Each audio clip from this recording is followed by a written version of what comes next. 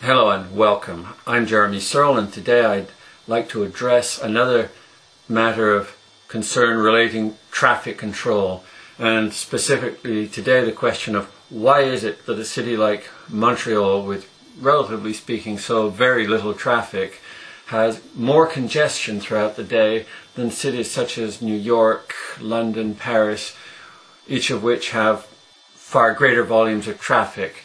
There are, of course, many answers to a question of this sort, but probably the simplest and most easily applicable to Montreal is the fact that these other cities I've mentioned control the intersections. They make sure that there's no gridlock, none of that foolish habit of motorists driving into the intersection at the end of the light, getting caught there and blocking the traffic going in the other direction. It's the most foolish thing imaginable, but so many people do it. Some do it because they're crude and aggressive, some do it because they're nervous that the car behind may drive into them, some do it because they don't understand that they're not allowed to.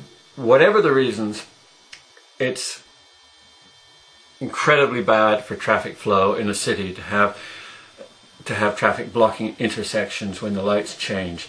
It's not for nothing that this is called gridlock, because of course the grid you're locking or shutting down is not just that intersection, that section of two streets that you're sitting in, but the entire grid. There's a ripple effect which spreads out and out and out. So it only takes one bad motorist to spread a cascade, a ripple effect of blocked traffic over a wide area. And it's so simple to put a stop to.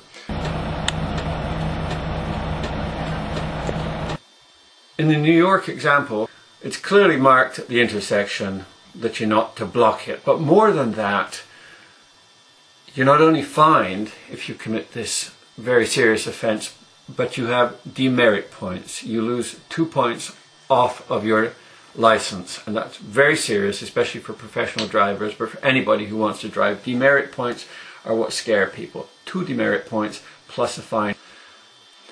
In Montreal, it's simply the same fine as for a parking offence, as if you're being punished for parking temporarily on the intersection. I think it makes sense to change the rules, follow the New York model, the 2 demerit points, or come up with a large fine. Some cities have fines in the thousands of dollars region, but whether it be demerit points, which I would support, or whether it be very much higher fines, let's do it. Once measures of these sort are in place, you need very little policing, because the average motorist is neither willing to lose demerit points and contribute towards losing their right to drive, nor are they desiring to have very large fines levied upon them.